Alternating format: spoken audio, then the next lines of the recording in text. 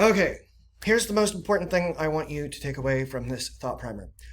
When you are attempting to demonstrate that a particular statement is true, say one of the premise statements in your argument, you want to be very careful to use the right approach to that statement given the type of statement that it is. What I mean is this, is if I need to demonstrate that a conditional statement, a horseshoe, is true, the way I'm going to approach that statement is going to be very different than the approach I use to demonstrate that a disjunctive or a wedge statement is true, or a conjunction, a dot statement. Okay, so each of these different kinds of statements that you're going to be using in your final argument construction to create arguments require different approaches for their defense. And one of the most common mistakes that I see folks make semester after semester after semester is they don't think carefully about what is required to demonstrate that the type of statement they're using in their argument is a true statement. So in these next few lectures, we're going to be going over what's the right approach for conditional statements, for disjunctive statements, for conjunction statements, and so forth,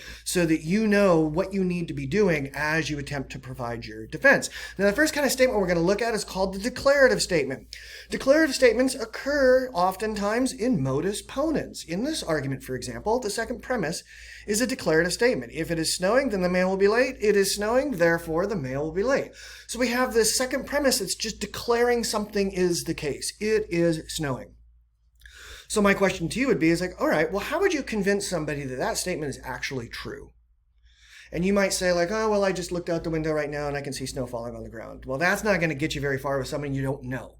Okay, so you're going to want to be pointing to evidence that this person can verify on their own.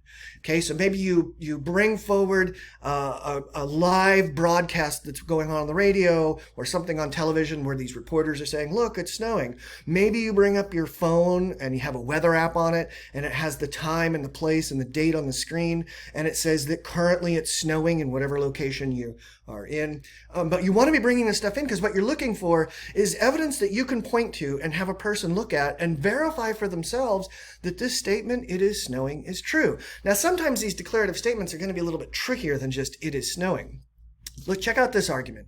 The death penalty reduces crime. If the death penalty reduces crime, then it should be used. Therefore, the death penalty should be used. So again, we have here the first premise is a declarative statement.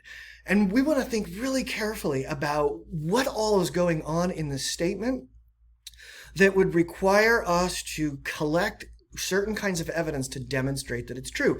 One of the things that's going on in this statement here is we've got terms that are really vague, right? Well, what exactly do we mean by the death penalty? Do we mean this in general?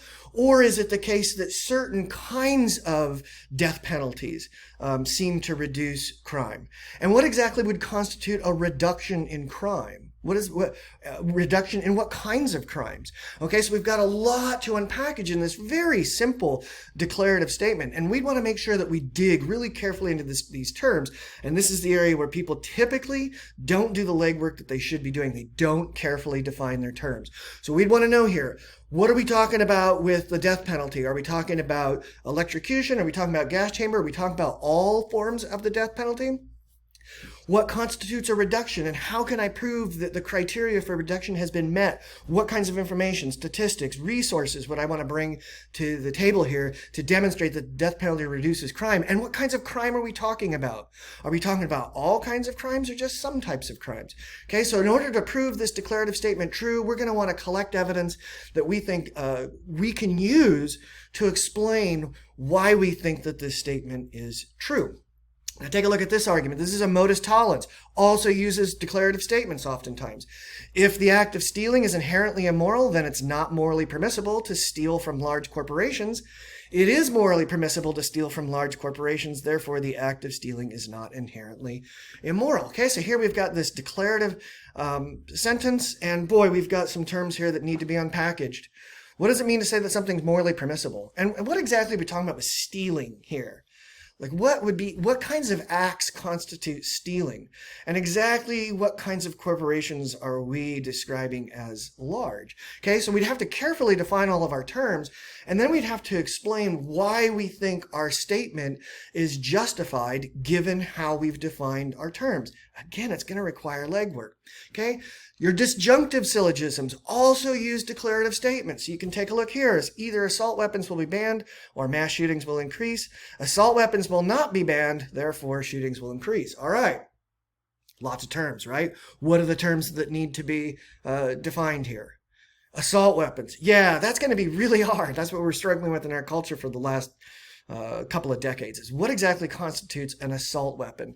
And what is the evidence that we have that leads us to believe that they're not going to be banned? And what exactly do we mean by banned? Do we mean that we're going to have law enforcement agencies go to everybody who currently owns an assault weapon and remove it from them? Or do we mean we're just going to prohibit their future sales? Okay, so again, carefully defining terms, bringing in our evidence that we can use as a way of explaining why we think this premise statement is true.